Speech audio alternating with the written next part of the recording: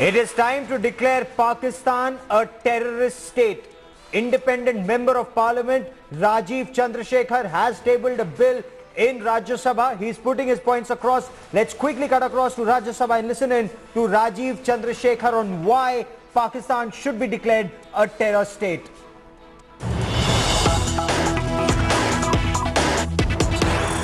Sponsor of terrorism is. It is any country which, through its instrumentalities or retired officials or through deliberate negligence, provides support to terrorist acts directly or indirectly. So this bill defines terrorist act. So it defines in 2B the state sponsor of terrorism, and in 2C it defines terrorist act. Sir, as one of the principal victims of terrorism for many, many decades, we can set the basis of defining what a terror act is, even while the United Nations still struggles to define terrorism. It is one of the ironies of this, the contemporary age, sir, that the United Nations even today struggles with declaring Hafiz Saeed a terrorist because they are quibbling about the definition of terrorist act. So this act defines under 2C what a terrorist act is. And sir, through the following clauses, it lays out in very clear form what the economic and other consequences are that will be applicable to a state sponsor of terrorism that aids, abets directly, indirectly the indirect terrorist act. So sir, for example, it talks about heads of states being, of state sponsors of terrorism being prohibited to travel to and from India. It talks about business entities that are linked to the state sponsor of terrorism being sanctioned against conducting trade, investment, or any form of other economic and commercial activity with any entity or the state, the country of India. It talks about overflight restrictions for entities that are linked to the state sponsor of terrorism. It talks about coastal regulation, prohibitions for entities that are linked to the state sponsor of terrorism. So, sir, let me, I will conclude, sir. I mean, I can go on and on about this, but I believe, sir, that the government and the parliament must act now. The winds of change are blowing in the world against terrorism and terror sponsors. This is obvious, sir, and was obvious in the universal condemnation of Pakistan during the Uri terror attacks. And, sir, in a sense, it is a little ironical also that we have not, as a parliament, done anything more than the 1994 resolution, because in September 2016, US Congress introduced a bill. Senator Ted Poe and Congressman Dana, a nation that is miles away from Pakistan, it has introduced a bill and is debating a bill or has debated a bill. Our parliament has done very little since 1994. And I go on to quote one more quote from the same gentleman, sir. He states, and I quote, Pakistan's reckless behavior in this regard is a serious security risk to its neighbors, and India unfortunately pays the price all too often. Not only is Pakistan an untrustworthy ally, Islamabad has also aided and abetted enemies for years. So, sir, let me end by saying, sir, the terror attacks on India has not just caused lives, it has caused significant economic loss to us.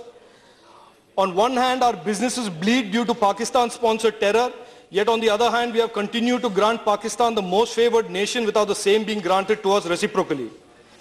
Pakistan poses a continual risk to the peace, security and stability of the region, harboring terrorists and funding terror outfits that have orchestrated terrorism the world over. So, in addition to its diplomatic and military options, sir, India can and should use its economic and trade strength to send out a strong and firm message that we intend to change the relationship with Pakistan into where Pakistan is a more responsible and accountable neighbor. There is no justification in the world, sir, that allows a nation or group to perpetrate violent crime against innocent people. With this bill, sir, we in Parliament can reflect the will of our people. Because there is not a man or woman, as I said earlier, sir, in this country who does not want this, that Pakistan be declared a state that sponsors terrorism. Sir, it is time we define what national interest means, because as we are seeing, the rest of the world is doing to protect their nation, what they are doing to protect their nations and their own people. I appeal to the House, sir, and all my colleagues here to start a discussion around this bill, to signal internally and externally to the depth of our national resolve that there will be no more half measures when it comes to protecting India and its people from terrorism, sir. Thank you, sir. Jai Hind. A very aggressive Rajeev Chandrasekhar, independent member of parliament there, saying India should use its economic might. India must come together as a country, and sadly not much has been done by our honorable lawmakers in this direction to declare Pakistan a state sponsor of terror. I want to quickly cut across and bring in India Today's editor Shiv Arur for more on this story. Shiv, very sharp pointed questions and issues raised by Rajeev Chandrasekhar there. He says it's time India declares Pakistan a terrorist state and withdraw the most favored nation that's been granted to them. They haven't done the same for us as long as they remain a state sponsor of terror. It's been a very powerful campaign that Member of Parliament Rajeev Chandrasekhar has been waging for quite a while now, Gaurav, since the Uri attack, even before that, the Handwara attack and the several other incidents that have taken place. Rajeev Chandrasekhar and his team have consistently been talking about not only revoking the most favored nation status to Pakistan, which gives them a whole number of economic and commercial trade benefits, but also formally designating Pakistan as a terrorist state through a resolution of Parliament. Now, this is something that the country should conceivably be pretty unanimous about. Raising it in Parliament, discussing and debating it through a private member's bill is perhaps the only way that Rajeev Chandrasekhar can actually do this. And today marks an important occasion because it's the first time that that private member's bill has actually come up for discussion, Gaurav. Now, remember, at a time when a terror attack has just happened, when emotions are running high, we hear our politicians, our government leaders, the opposition, usually trying to speak in one voice as far as Pakistan is concerned, even though politics is played. But what this private member's bill, chooses to do is not delve too much into emotion, keep emotion aside, but institute and administer punitive action against Pakistan for the string of terror attacks that have taken place and its continued refusal, to put the perpetrators of that terror through a litigative process in Pakistan or elsewhere. So what Rajeev Chandrasekhar wants through this private member's bill is to punish Pakistan and to hold them up for the world to see the kind of terror state and state sponsors of terror that they actually are. And Shiv, he's not talking about any knee-jerk reaction. He's talking about a very systematic national approach, and where better than the Parliament of India, which has suffered Pakistan-sponsored terror in December 2001, where Lashkar-e-Taiba and Jaish-e-Mohammed terrorists attacked the temple of Indian democracy. He wants the lawmakers to come together and think, discuss, debate a national policy on Pakistan-sponsored terror. And that's the majesty of Indian democracy on full display. How ironic it is, Gaurav. You're absolutely right. That's the fundamental difference between Pakistan and India. Here we discuss, we debate. We've got a fully functional, vibrant, parliament that makes decisions. We criticize it. Nevertheless, for key decisions of national security importance, they're discussed in this manner, which is why there's a private member's bill that's come in. The interesting thing now to see, Gaurav, is to see whether, like many private members' bills in the past, this one will also fall on the wayside as just a symbolic token gesture, or will it be embraced by the ruling party as well as the opposition as something that is of national importance? pinning Pakistan down, making it, making it clear to Pakistan who's boss, making it clear to Pakistan that its continued behavior as far as terror and lack of action and protection of terrorists in their country will not go, ignored by India any longer, is a very important message for India to send out. And there is every hope that this private members bill will actually lead into some kind of a resolution or a legislation that designates Pakistan a terrorist state and cuts off the many benefits, Gaurav, that Pakistan accrues as a result of being a most favored nation. And Shiv, is that then just wishful thinking? Because look at these empty benches behind MP Rajeev Chandrasekhar. This is a private member's bill. This perhaps should have been a government initiative, but it is a private member's bill. But look at the empty benches. This is the same parliament that suffered Pakistan-sponsored terror, and yet the honorable lawmakers, our honorable elders are absent. They're not there to listen to Rajeev Chandrasekhar. Right behind him, all we see are empty benches.